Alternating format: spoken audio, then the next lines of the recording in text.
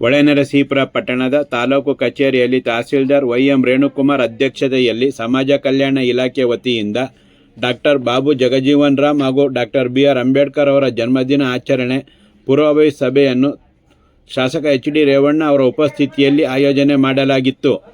Doctor Babu Jagjivan Ram ಹಾಗೂ doctor B R. Ambedkar ಅವರು ಪ್ರತಿಯೊಬ್ಬರಿಗೂ ಮಾರ್ಗದರ್ಶಕರು ಹಾಗೂ ಆದರ್ಶ ವ್ಯಕ್ತಿಗಳಾಗಿದ್ದರು. ಇಂತಹ ಮಹಾಪುರುಷರ ಜನ್ಮದಿನ ಆಚರಣೆ ಪೂರ್ವಭಾವಿ ಸಭೆಯಲ್ಲಿ ಈ ರೀತಿ ಕೂಗಾಡಿದರೆ ಅವರಿಗೆ ಅಗೌರವ ಸೂಚಿಸಿದಂತೆ ಎಂದು ಶಾಸಕ ಎಚ್.ಡಿ. ರೇವಣ್ಣ ಬೇಸರದಿಂದ ನುಡಿದರು. ಸಭೆಯಲ್ಲಿದ್ದ ವ್ಯಕ್ತಿಯೊಬ್ಬರು ಶಾಸಕರು 3 ತಿಂಗಳಿಗೆ ಒಮ್ಮೆ SC ST ಸಭೆ ಕರೆಯುತ್ತಿಲ್ಲವೆಂದು ಏರು ಧ್ವನಿಯಲ್ಲಿ ಪ್ರಶ್ನಿಸಿದಾಗ, ಇಂದಿನ ಕಾರ್ಯಕ್ರಮ ಮಹಾಪುರುಷರ ಜನ್ಮದಿನ ಆಚರಣೆಯ ಪೂರ್ವಭಾವಿ ಸಭೆ, ರಾಜಕೀಯದ ಚರ್ಚೆ ಬೇಡವೆಂದು ಕೆಲ ಹಿರಿಯರು ಸಲಹೆ ನೀಡಿದಾಗ JDS ಹಾಗೂ ಕಾಂಗ್ರೆಸ್ ಬೆಂಬಲಿತ ದಲಿತ ಮುಖಂಡರುಗಳ ನಡುವೆ ಜೋರಾಗಿ ಮಾತಿನ ಸಮರ ನಡೆಯಿತು. ಶಾಸಕ ಎಚ್.ಡಿ. ರೇವಣ್ಣ ಅವರು ಡಾಕ್ಟರ್ ಬಿ.ಆರ್. ಅಂಬೇಡ್ಕರ್ ನಗರದಲ್ಲಿ ಕೈಗೊಂಡ ಕೆಲಸ ಕಾರ್ಯಗಳ ಪಟ್ಟಿಯನ್ನು ಹೇಳಿ, ವಿಶಾಲವಾದ ಡಾಕ್ಟರ್ ಅಂಬೇಡ್ಕರ್ ಭವನ ಬಗ್ಗೆ ಮಾತನಾಡಿ, ಅಭಿವೃದ್ಧಿ ವಿಷಯದಲ್ಲಿ ರಾಜಕೀಯ ಬೇಡ ಎಂಬುದು ನನ್ನ ಪಾಲಿಸಿ ಎಂದು ಸಭೆಯಲ್ಲಿ ತಿಳಿಸಿದರು. ತಾಲೂಕ್ ಪಂಚಾಯತ್ ಮಾಜಿ ಸದಸ್ಯ ಬಸವರಾಜು ಅವರು, ಇಂದಿನ ಸಭೆಗೆ ಬರೀ ದಲಿತರನ್ನೇ ಏಕೆ ಕರೆದಿದ್ದೀರಾ?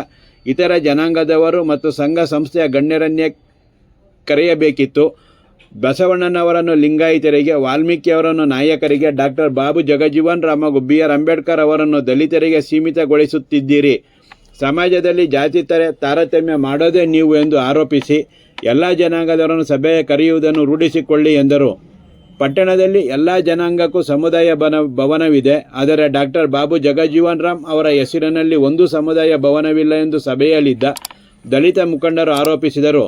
ಶಾಸಕ ಎಚ್.ಡಿ. ರೇವಣ್ಣ ಅವರು ಮಾತನಾಡಿ, 2 ಕೋಟಿ ರೂಪಾಯಿ ಹಣ ಮೀಸಲಿಡಲಾಗಿದೆ. ನೀವು ನಿವೇಶನ ತೋರಿಸಿ ಕೆಲಸ ಪ್ರಾರಂಭಿಸೋಣ. ವೀರಶೈವ ಲಿಂಗಾಯತ ಜನಾಂಗಕ್ಕೆ ಸೇರಿದ ನಿವೇಶನದಲ್ಲಿ ಕಟ್ಟಡ ನಿರ್ಮಿಸಿಕೊಡಿ ಎಂದರೆ ಹೇಗೆ? ಯಾವುದೇ ತಕರಾರು ಇಲ್ಲದ ನಿವೇಶನ ತೋರಿಸಿ ಭವನ ನಿರ್ಮಿಸಿಕೊಡುತ್ತೇನೆ ಎಂದು ತಿಳಿಸಿದರು. ಕೆಲವು ವ್ಯಕ್ತಿಗಳು ತೃಪ್ತರಾಗದೆ ಸಭೆಯಿಂದ ಹೊರನಡೆದರು. ಅವರುಗಳು ಕಾಂಗ್ರೆಸ್ ಬೆಂಬಲಿಗರು ಎಂದು ಕೆಲವರು ಗುಸುಗುಸು ಮಾತನಾಡುತ್ತಿದ್ದರು. ಸಭೆಯಲ್ಲಿ ಪ್ರತಿ ವರ್ಷದಂತೆ ಪ್ರಮುಖ ರಸ್ತೆಗಳಲ್ಲಿ ಮೆರವಣಿಗೆ, ಸಾರ್ವಜನಿಕ ಸಭೆಯಲ್ಲಿ ಪ್ರತಿಭಾವಂತ ವಿದ್ಯಾರ್ಥಿಗಳ ಗಣ್ಯರಿಗೆ ಸನ್ಮಾನ ಕುರಿತು ನಿರ್ಣಯ ಕೈಗೊಳ್ಳಲಾಯಿತು. ಸಭೆಗಳಲ್ಲಿ ಸದಾ ಏರು ಧ್ವನಿಯಲ್ಲಿ ಪ್ರಶ್ನಿಸುತ್ತಿದ್ದ ಬ್ಲಾಕ್ ಕಾಂಗ್ರೆಸ್ ಅಧ್ಯಕ್ಷ ಲಕ್ಷ್ಮಣ ಅವರು ಸೌಮ್ಯವಾಗಿ ಒಂದೆರಡು ಮಾತನಾಡಿ ಮೌನವಾಗಿ ಕುಳಿತು ಗಮನ ಸೆಳೆದರು. ಸಭೆಯಲ್ಲಿ ಪುರಸಭಾಧ್ಯಕ್ಷ H.K. ಪ್ರಸನ್ನ, ಸಮಾಜ ಕಲ್ಯಾಣ ಇಲಾಖೆ ಅಧಿಕಾರಿ ಕೃಷ್ಣಮೂರ್ತಿ, ಪುರಸಭೆ ಮುಖ್ಯಾಧಿಕಾರಿ ಶಿವಶಂಕರ್, ಕೃಷಿ ಇಲಾಖೆ ಅಧಿಕಾರಿ ಸಪ್ನ, ವಲಯ ಅರಣ್ಯಾಧಿಕಾರಿ ಶ್ರುತಿ, ಉಪ ತಹಸೀಲ್ದಾರ್ ರೂಪೇಶ್, ಶಿರಸ್ತೇದಾರ್ ಲೋಕೇಶ್, ಜಿಲ್ಲಾ ಪಂಚಾಯತ್ ಮಾಜಿ ಸದಸ್ಯ ಚಂದ್ರಶೇಖರ್, ತಾಲೂಕ್ ಪಂಚಾಯತ್ ಮಾಜಿ ಸದಸ್ಯ ಮಂಜುನಾಥ್, ವಿವಿಧ ದಲಿತ ಸಂಘಟನೆಗಳ ದಲಿತ ಮುಖಂಡರು, ವಿವಿಧ ಇಲಾಖೆ ಅಧಿಕಾರಿಗಳು ಹಾಗೂ ಇತರರು ಸಭೆಯಲ್ಲಿ ಉಪಸ್ಥಿತರಿದ್ದರು.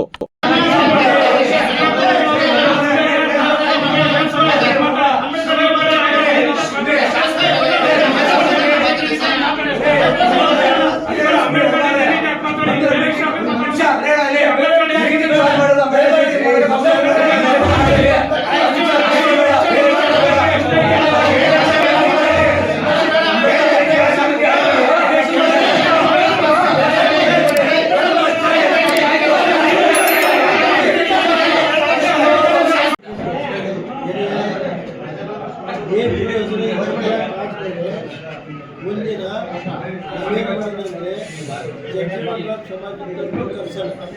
ಅವತ್ತು ನೀವೊಂದು 8 ಜನ ಮುಖಂಡರುಗಳು ಒಂದೇ ಸಮಾಜಕ್ಕೆ ಸಿಮೆಂಟ್ ಮಾಡೋದು ಅವ್ರದ್ದೇನಿದೆ, ನನ್ನ ಕೈಲಿ ಏನಾಗುತ್ತೆ ನಾನು ದುಡ್ಡು ಕೊಡೋದು ಎಲ್ಲ ಮಾಡ್ತೀನಿ. ನಾನೇನಿದೆ ಹೋಗ್ತೀನಿ ಅಂತ ಇದಾಗುತ್ತೆ. ನಾನೇನು ಎಲ್ಲಿ ಈಗ ಲಿಂಗಾಯತರು ಅವರು ಅವ್ರದ್ದೆಲ್ಲ ದಾಖಲೆ